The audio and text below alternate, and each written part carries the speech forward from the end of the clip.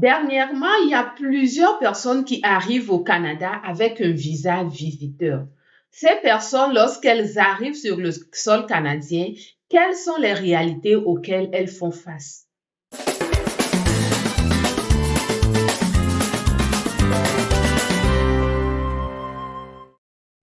Bonjour, je vous souhaite la bienvenue chaleureuse sur la chaîne Richesse et Succès, la chaîne des hommes et femmes à succès. C'est la chaîne qui est destinée à construire des hommes et femmes à succès. Alors, si le succès vous intéresse, si le succès financier vous intéresse, abonnez-vous à cette chaîne, activez la cloche de notification pour ne pas manquer les prochaines vidéos. Aujourd'hui, dans cette vidéo, je vais vous parler de l'immigration canadienne et plus précisément du visa visiteur.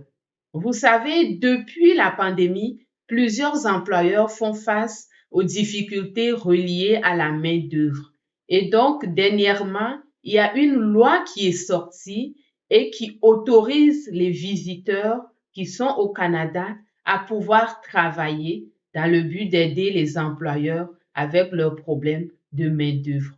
Seulement, après cette annonce, après que cette loi soit sortie, nous voyons qu'il y a plusieurs personnes qui arrivent ici au Canada avec un visa visiteur dans l'intention de trouver facilement du travail et ensuite de pouvoir rester au Canada. Seulement, il y a plusieurs qui n'ont pas les vraies informations et qui se cognent ainsi la tête. Alors, le visa visiteur, c'est quoi? Lorsque vous avez un visa visiteur, vous avez peut-être un visa visiteur d'une durée de 5 ans. Et la première chose que vous devez comprendre, c'est que vous avez l'autorisation de venir, de rentrer au Canada et de ressortir du Canada durant cette période-là des 5 ans ou si c'est 6 ans pour vous. Ça dépend de la durée de votre visa en fait. Donc, si vous avez un visa visiteur de 5 ans, ça voudrait dire que vous êtes autorisé à rentrer au Canada et à ressortir durant ces 5 ans. Quelque chose qui est très différent de la durée de votre séjour. Plusieurs personnes confondent cela. Lorsque vous avez un visa, la durée du visa, c'est très différent de la durée de votre séjour. Alors, la durée du séjour, c'est quoi? La durée du séjour, généralement, c'est 6 mois. Ça voudrait dire que lorsque vous avez un visa visiteur, vous avez 6 mois que vous pouvez rester sur le sol canadien. Donc, lorsque vous arrivez à l'aéroport, vous avez 6 mois à partir, généralement c'est 6 mois, à partir de cette date-là pour ressortir du pays. Et lorsque vous arrivez à l'aéroport, l'agent frontalier qui vous reçoit peut décider de limiter ou de prolonger votre séjour. Le séjour peut être prolongé à plus de 6 mois, de même que le séjour peut être réduit à moins de 6 mois. Ça dépend de qu'est-ce que vous aurez dit comme réponse aux questions que l'agent frontalier vous aura posées. Ça dépend si vous faites une demande aussi pour rester au Canada plus de 6 mois et si vous donnez les raisons qui convainquent l'agent, il peut vous donner, il peut prolonger votre séjour à plus de 6 mois. Ça, c'est le visa et la durée du visa et la durée du séjour, deux choses bien différentes que vous devez comprendre.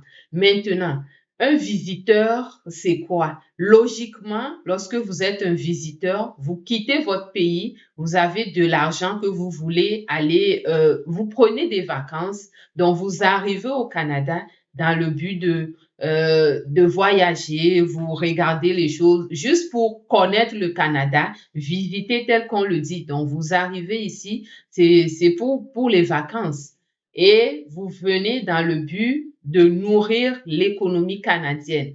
Seulement, il y a plusieurs personnes qui arrivent ici en tant que visiteurs dans le but de trouver du travail selon la loi qui est sortie et ensuite pouvoir rester au Canada.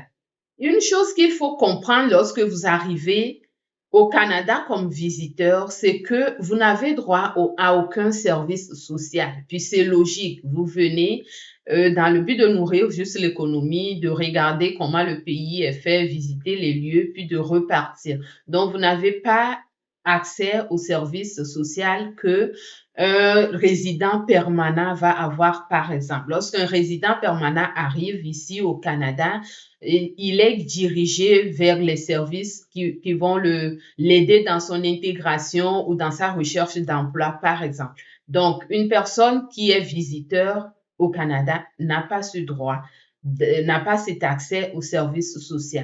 Donc, vous êtes ici au Canada, vous avez besoin de vous loger, vous avez besoin de vous nourrir, de vous déplacer. Puis, il faut le dire, la vie au Canada, c'est cher. Le niveau de vie est assez élevé. Ça coûte cher de se loger, ça coûte cher de se nourrir.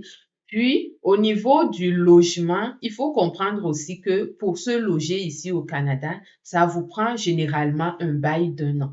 Alors, lorsque vous arrivez comme visiteur, vous n'avez pas d'historique que votre bailleur puisse voir que vous êtes une personne sur qui elle peut compter et vous donner un logement. Donc, généralement, les visiteurs vont prendre des logements, des motels, des hôtels, du Airbnb, et c'est des logements qui coûtent beaucoup plus cher qu'un logement normal, un logement nu qu'une personne qui va résider au Canada à long terme peut prendre et meubler lui-même. C'est des logements qui sont déjà meublés et qui vont coûter le prix que ça va coûter. Alors, ça revient beaucoup plus cher de se loger. L'autre chose qui est très importante, la chose sur laquelle la plupart de ces personnes arrivent ici comme visiteurs, c'est de trouver du travail pour pouvoir rester après. Sauf que trouver du travail en tant que visiteur, c'est beaucoup plus fastidieux que trouver du travail en tant que résident permanent, par exemple. Je vous explique. Lorsque vous êtes un visiteur, ce n'est pas tous les employeurs qui recherchent de la main-d'œuvre qui vont pouvoir vous recruter. Parce que pour recruter un visiteur est toujours un étranger. Il faut que cet employeur-là fasse un processus pour pouvoir recruter un travailleur étranger. Donc, ce n'est pas tous les employeurs qui veulent faire ce processus-là. Il faut que ce soit un employeur qui manque réellement, cruellement de la main-d'œuvre pour pouvoir le faire. Puis généralement, les visiteurs arrivent dans les grandes villes comme Montréal. Les employeurs qui sont en Montréal, est-ce que ce sont des employeurs est-ce que c'est les employeurs qui sont plus en manque de la main-d'œuvre? Je dirais que non.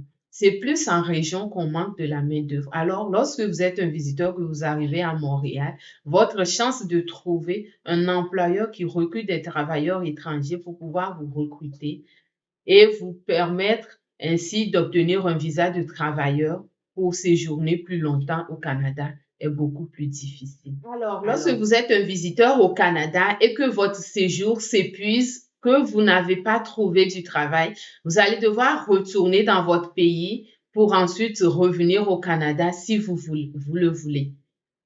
Et ça peut vous aider. Le fait de rentrer au Canada, de ressortir une fois, ça pourrait vous aider lorsque vous voulez faire une demande sous un autre statut. Ça pourrait vous aider lorsque vous voulez venir après en tant qu'étudiant ou en tant que résident permanent. Ça pourrait vous aider dans votre dossier. Si vous êtes un visiteur ou un futur visiteur du Canada, si vous êtes en voie d'obtenir votre visa visiteur pour venir au Canada, j'espère que vous avez trouvé de bons éléments dans cette vidéo, des éléments qui vous expliquent à quoi vous devez vous attendre en arrivant au Canada. Si vous avez aimé la vidéo, n'hésitez pas à l'aimer, activez la cloche de notification, abonnez-vous d'abord, activez ensuite la cloche de notification pour ne pas manquer les prochaines vidéos. On se dit à la prochaine. Bye bye.